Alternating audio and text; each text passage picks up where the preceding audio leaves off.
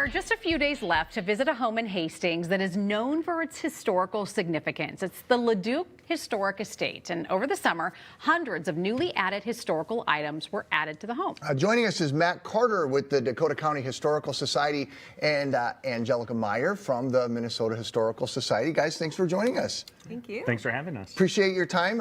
We'll talk a little bit more about the artifacts that are here in front of us in just a second. But Matt, tell us about the Leduc house. Yeah, so the house belonged to William and Mary Leduc. They built the house. So they lived in Hastings, and they built the house starting in 1862. William Leduc was quartermaster for the Union Army during the Civil War.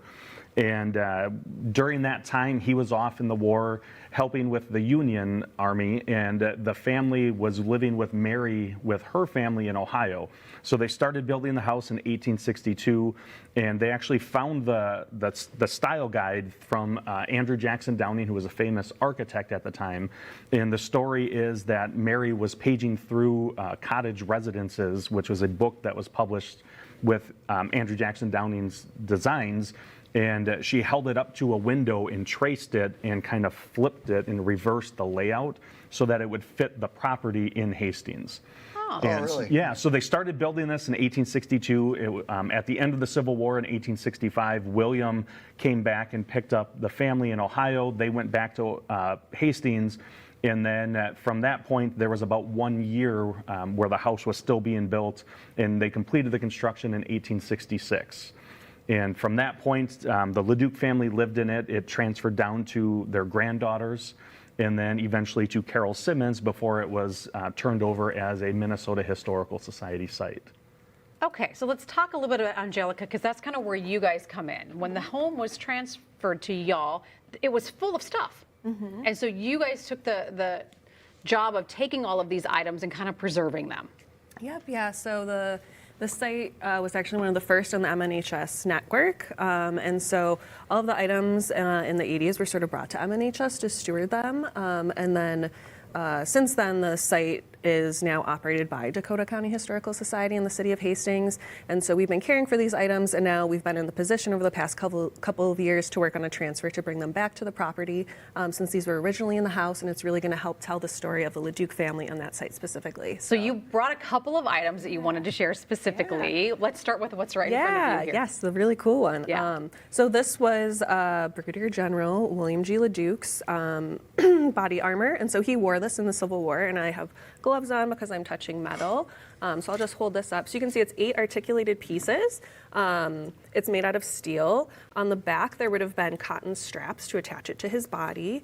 And so, recent research is kind of, iffy about how protective this actually would have been, but it was the style at the time. And so today, as an analog, we can think of sort of modern day soldiers, Kevlar sort of a body armor.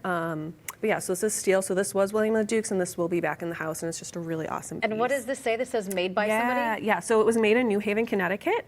So this is made by Atwater Company in New Haven, and then here it says patent pending, which is pretty cool. So yeah, so this is from the 1860s. And this is so cool, how they had this little key here, kind of like a door hinge, where you can pull that baby off and, so you can sit disconnect. Down, because that would go over the legs. Yeah, totally. And so if you thought about someone wearing this, like I said, it's these 8 pieces. I'll flip it so you can kind of see the back. But articulated means they're sort of attached together because this is all pieces of steel.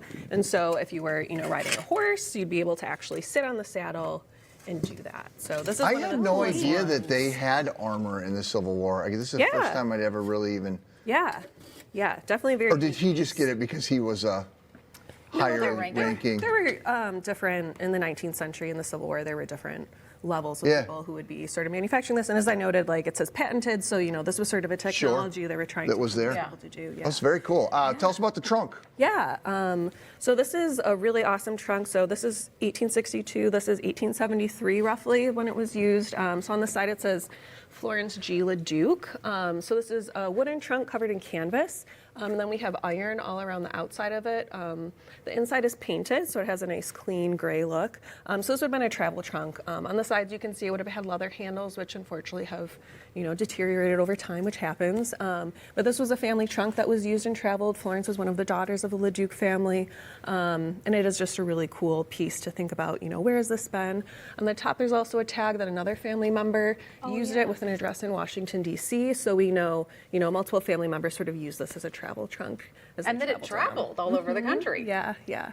Matt, what do you love about the house? I mean, tell us, kind of take us inside the house to some of your favorite areas, or what really speaks to you when you're there. Yeah, I think with the house itself, it was built in 1862. So again, right in the middle of the Civil War, the family's building this house in a home, and part of the story is they're not even there while it's going on. Yeah. So we have records that show William is getting leaves of absences so he can come back and help take care of the house and the construction. And inside the house itself, one of the main locations that he liked, which is kind of an area that I enjoy going into, is the library. And so it has all the original woodwork that's inside. And actually the video there is showing that right now. That's the library itself. And those are the original bookshelves in there. It also has a lot of his books that when he was living at the site, those are the original books kind of filling out those bookshelves that belong to the Leduc family themselves. And today that's an object theater, so as visitors go in there, it plays a video and things will light up as it talks about it. But that was William Leduc's, one of his favorite places in the entire house. So if people want to check it out, there are some rather limited opportunities. Can you kind of walk us through what those are? Yeah, so our tours are general tours. You can pre-register online or you can walk in that day. And we're open Thursday, Friday, Saturday, Sunday from 10 to 5. So we have tours that are offered during the day. And we have an upcoming event called Candlelit Tours, which kind of goes into the spiritualism and seances that the William Leduc family was kind of interested in, and they participated in inside the house. And those are October 19th and 20th. And those happen in the evening, so the lights are kind of turned down, and we dim it as much as we can, but then have candle lights throughout that are, tea lights, and just kind of share this history with the visitors. Well, I know we're almost out of time, but Yeah. one of the books that you brought talks about the reality of life after death, and it looks like they wrote that book. Yeah.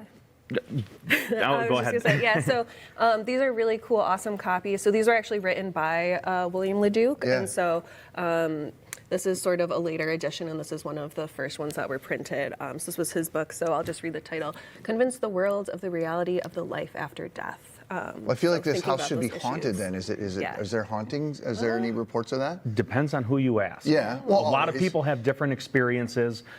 I assume it's an old house. Others are swearing that by the generals in there and turning the lights on and off. So it depends on who you ask. Ooh. And I would just add, he already mentioned, the architecture of the house. It's high Gothic. So if you think about your, quintessential haunted house, like Yeah. it's got those really great peaked windows, angles, really awesome space, super fun in the fall. And real quick, what is this? I mean, I just saw this picture, Yeah. which I hadn't seen before yeah. either. So the two daughters, Florence, this was her trunk, and Alice, founded the Hastings Needlework Company, which ended up being a really successful business. So these are actually embroidery patterns. And so this one's painted, so it kind of shows what the color design would be. This one also on the back, it has a little note saying, make certain outlines thicker. So again, that's really exciting too, because part of their story is sort of this really early women's business that was really successful. Very cool, you This guys. is Thank you. fascinating. Yeah. Yeah. Matt and Angelica, thanks for stopping. We appreciate it. Thank you. Head to MinnesotaLive.com. We'll have more information for you about visiting the Leduc Estate in Hastings before they are all done for the season.